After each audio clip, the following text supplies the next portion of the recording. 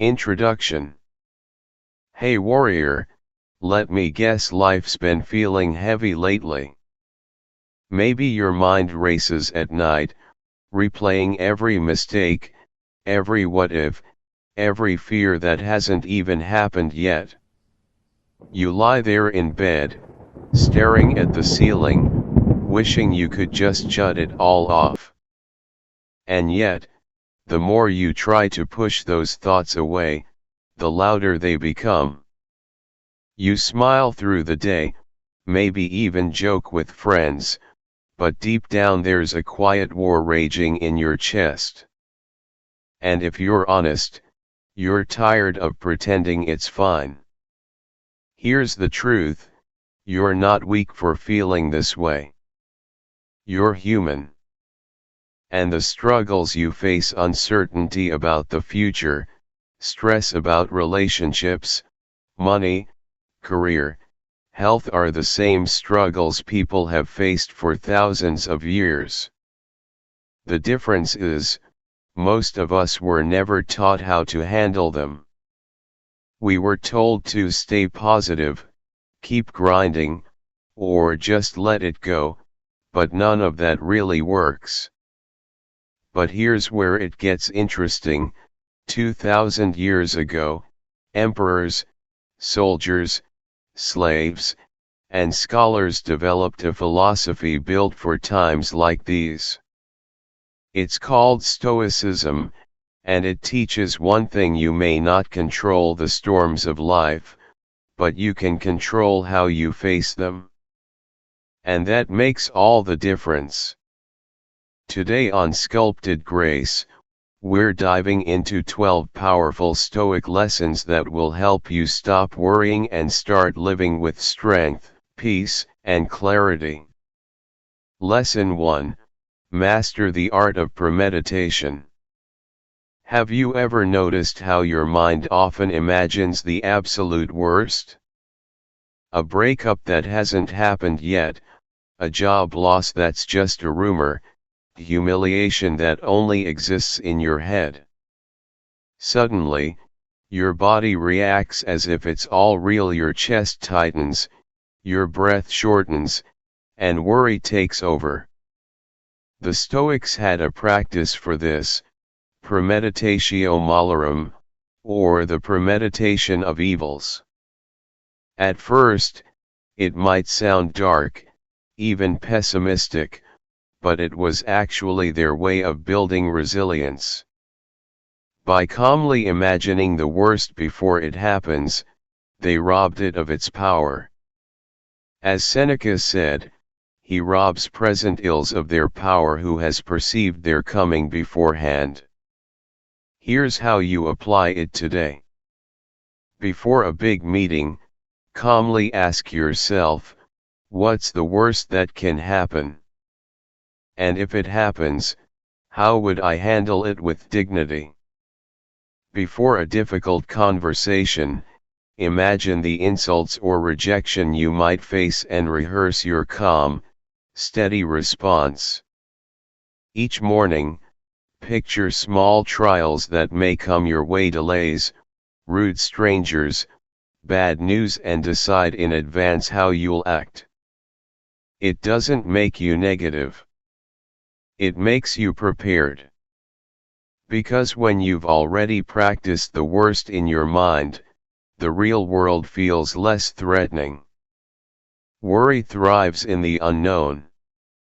But when you've looked the worst in the eye and said, "I'm ready," worry begins to fade. And what's left is strength, the kind of strength that carries you through any storm. Lesson 2: Practice the control test. One of the biggest sources of worry is our obsession with things we can't control. Think about it: how many hours have you spent stressing about the weather, about whether someone likes you, about the economy, or about things you already did in the past? All of that energy, all of that time, burned on things no amount of worrying could ever change. The Stoics knew this trap well, and they had a solution for it: the dichotomy of control. Epictetus, once a slave who rose to become one of Stoicism's greatest teachers, summed it up simply: some things are up to us, and some things are not. And if you take this seriously, it can transform your life. Here's how you use the control test. When a worry rises in your mind, stop and ask, is this within my control? If the answer is no, let it go. Release it like a stone sinking into the ocean. If the answer is yes, shift your focus entirely onto what you can do. Say you're insulted online, you can't control their words, but you can control your response. Say you didn't get the job you wanted, you can't control their decision, but you can improve your skills and try again. When you consistently practice this, something remarkable happens. You stop throwing energy at walls and start investing it into windows, things that actually move you forward. Anxiety shrinks, not because life is easier, but because your mind is cleaner, sharper, and free of wasted effort. Remember the words of Marcus Aurelius: you have power over your mind, not outside events. Realize this, and you will find strength. Lesson 3: limit your inputs to protect your mind. Tell me if this sounds familiar. You wake up, scroll the news, check social media, read a heated comment thread, and by the time you've finished your morning coffee, your mind is already anxious. The truth is, most of the stress you carry doesn't even come from your own life, it's imported. A headline about politics, a rant from a coworker, a post that makes you feel like you're falling behind, these are borrowed worries. The Stoics were incredibly cautious about this. Seneca warned, associate with people who are likely to improve you. Welcome those whom you yourself can improve. He wasn't just talking about friends, but about all influences that enter the mind. You cannot fill your mental garden with weeds and expect peace to grow. Here's how to apply this today: become a guardian of your inputs. Curate your digital world by unfollowing accounts that trigger envy, anger, or fear. Cut down news consumption to 5 to 10 minutes a day, enough to stay informed but not consumed. Limit time around people who constantly gossip, complain, or drain your energy, and instead spend more time with people who uplift and challenge you. Think of your mind as a fortress. Not every messenger deserves to walk inside. And here's the deeper truth: worry needs fuel. If you stop feeding it with endless negativity, it starts to die. Peace is not passive, it is actively protected. As Epictetus said, it's not what happens to you, but how you react to it that matters. But how you react depends on what you allow in. Guard your mind like a warrior, and you'll find yourself calmer, stronger, and far less shaken by the chaos of the world. Lesson 4: Daily reflection. Train the mind like a warrior. Most of us go through our days on autopilot. We react, we stress, we stumble, and then we collapse into bed hoping tomorrow will somehow be better. But the Stoics knew that without reflection, we repeat the same mistakes again and again. That's why nightly reflection was one of their most sacred habits. Seneca described his practice beautifully: when the light has been removed and my wife has fallen silent, I examine my entire day and go back over what I've done and said. To the Stoics, this wasn't about guilt or judgment, but about clarity. By looking back, they stripped away confusion, learned from their mistakes, and sharpened their character. Here's how you can build this habit. Each night, spend just 5 to 10 minutes in silence. Ask yourself, did I live by my values today? Did I let something outside of me steal my peace? Did I act with courage, kindness, and discipline, or did I fall short? Don't use this to beat yourself up. Use it as training. Write in a journal if possible, because putting thoughts on paper makes them real. Over time, patterns will appear: the triggers that spark your anger, the moments that drain your energy, the choices that lift you up. You'll see where you're growing and where you're slipping. This nightly practice transforms worry into wisdom, because instead of fearing your mistakes, you face them and turn them into teachers. Marcus Aurelius's Meditations wasn't written for an audience, it was his personal nightly reflection, a tool to keep him grounded as he carried the weight of an empire. If an emperor could find peace through reflection, so can you. Lesson 5, Amor Fati: love your fate, not just accept it. Think about the last time something didn't go the way you wanted. Maybe a relationship ended, maybe an opportunity slipped away, maybe you got news that shook your world. What was your first reaction? If you're like most of us, it was resistance. Why me? Why now? This isn't fair. And that resistance quickly turned into worry, sadness, even bitterness. The Stoics offered a radical alternative, amor fati, which means love of fate. Not just grudging acceptance of reality, but actually loving it, embracing it as part of your unique path. Friedrich Nietzsche, deeply influenced by Stoicism, called it his formula for greatness: to want nothing, to be different, not forward, not backward, not in all eternity. Now, this doesn't mean you have to enjoy pain. It means you see every twist of fate as useful, even if it hurts. That breakup? Maybe it forces you to rediscover who you are. That rejection? Maybe it pushes you to grow stronger, sharper, and more prepared. That failure? Maybe it teaches you persistence in a way success never could. Marcus Aurelius said, "The impediment to action advances action. What stands in the way becomes the way." In other words, the obstacle isn't blocking your path, it is your path.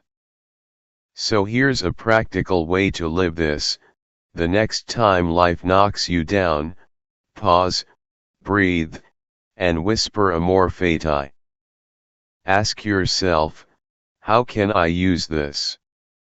What is this teaching me? How can this shape me instead of break me? When you live this way, worry turns into fuel. Even pain becomes a teacher.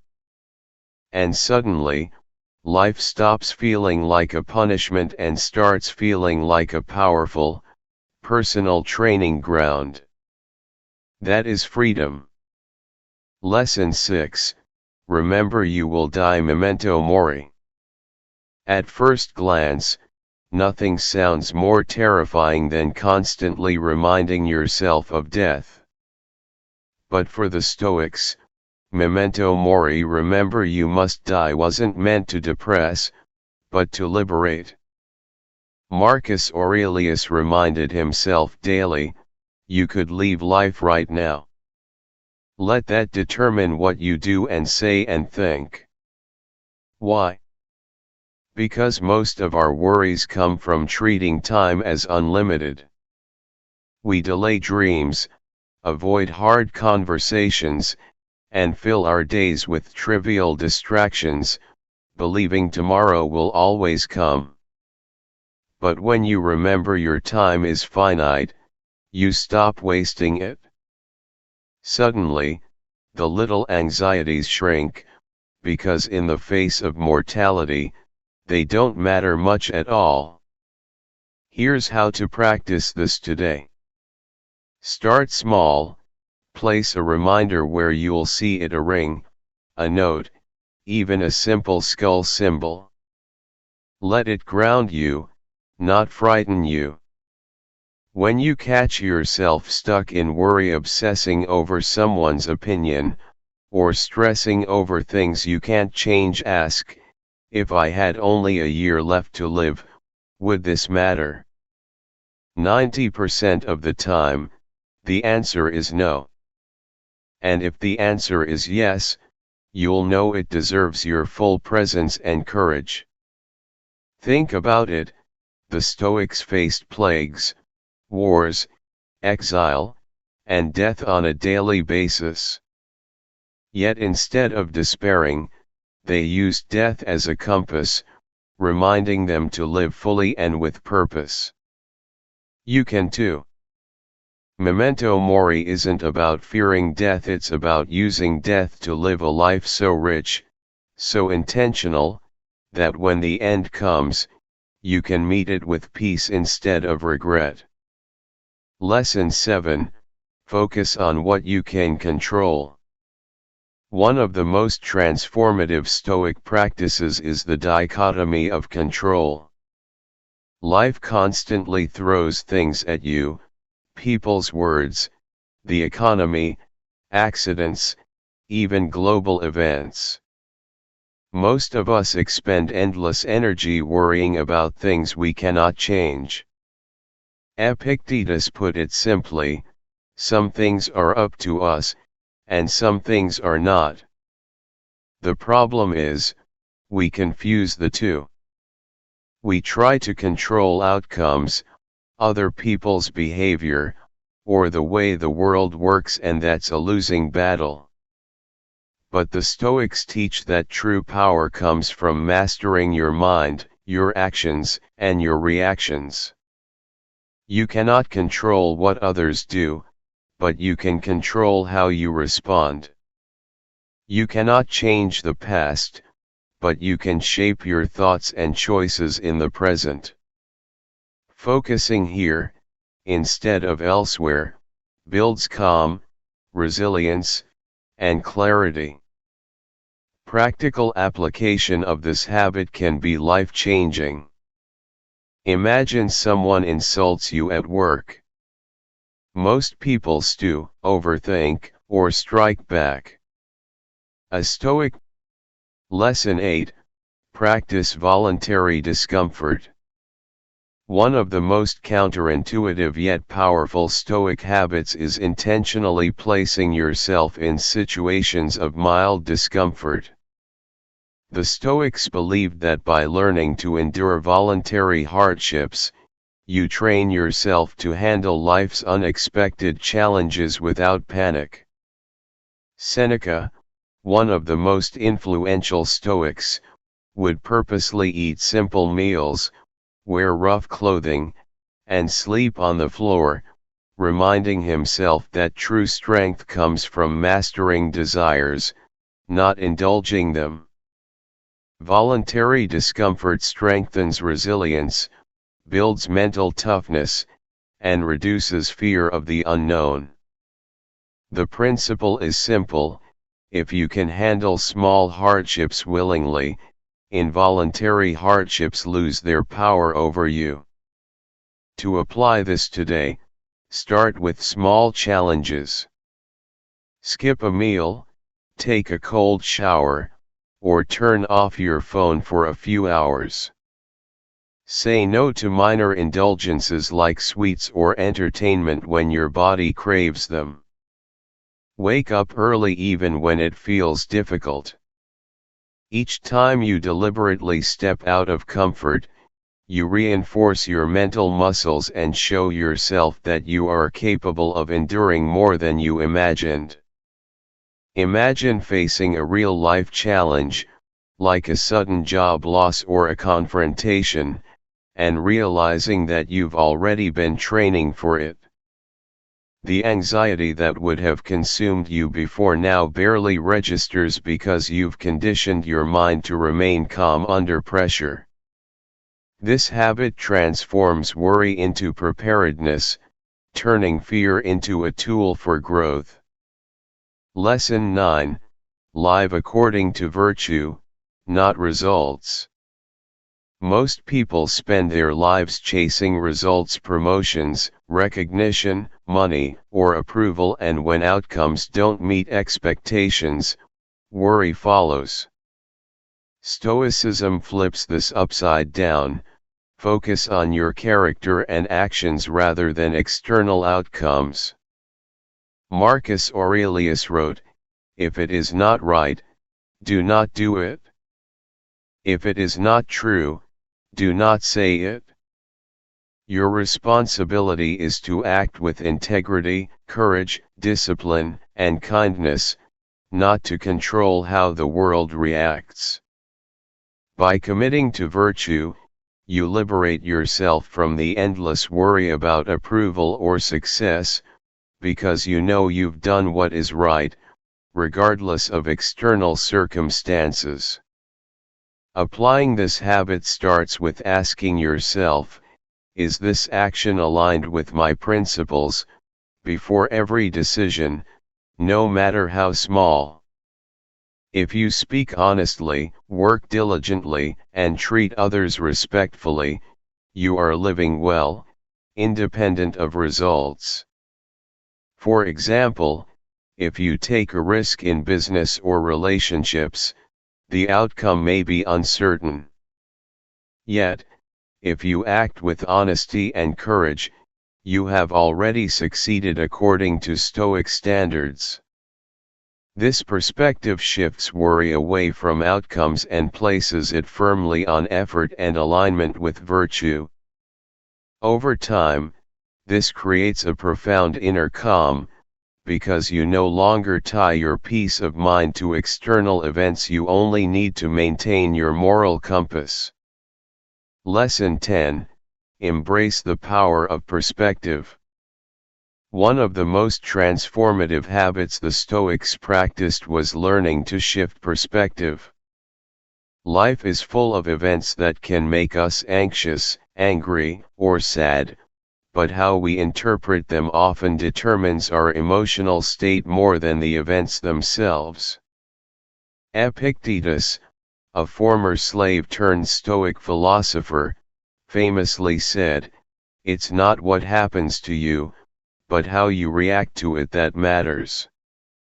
This lesson is about realizing that the way you view challenges can either make you a victim or a victor. Worry often stems from seeing difficulties as personal attacks or permanent setbacks. By consciously changing your perspective, you turn obstacles into opportunities for growth, and problems into lessons. Here's how to practice this in everyday life. Imagine you're stuck in traffic or someone criticizes your work. Instead of seeing it as a personal affront, reframe it. Traffic gives you extra time to listen to a podcast or practice patience. Criticism is a chance to improve your skills and gain resilience. Another example: losing a job may feel catastrophic at first, but from a Stoic perspective, it's an invitation to discover your true capabilities, redirect your path, or pursue a more meaningful opportunity. By consciously asking, "What can I learn from this? How can this strengthen me?" you stop being a passive victim of circumstances and start actively shaping your inner world. This shift in perspective reduces worry and empowers you to approach life with clarity and purpose. Lesson 11. Focus on what you can give, not what you can get. Modern culture trains us to obsess over what we can acquire: wealth, recognition, success, but the Stoics taught that lasting peace comes from focusing on what you can give, not what you can get. Marcus Aurelius emphasized the importance of contributing to the world through action, service, and character. When you concentrate on your efforts, generosity, and impact, your mind is liberated from endless anxiety about what you lack or what others might do to you.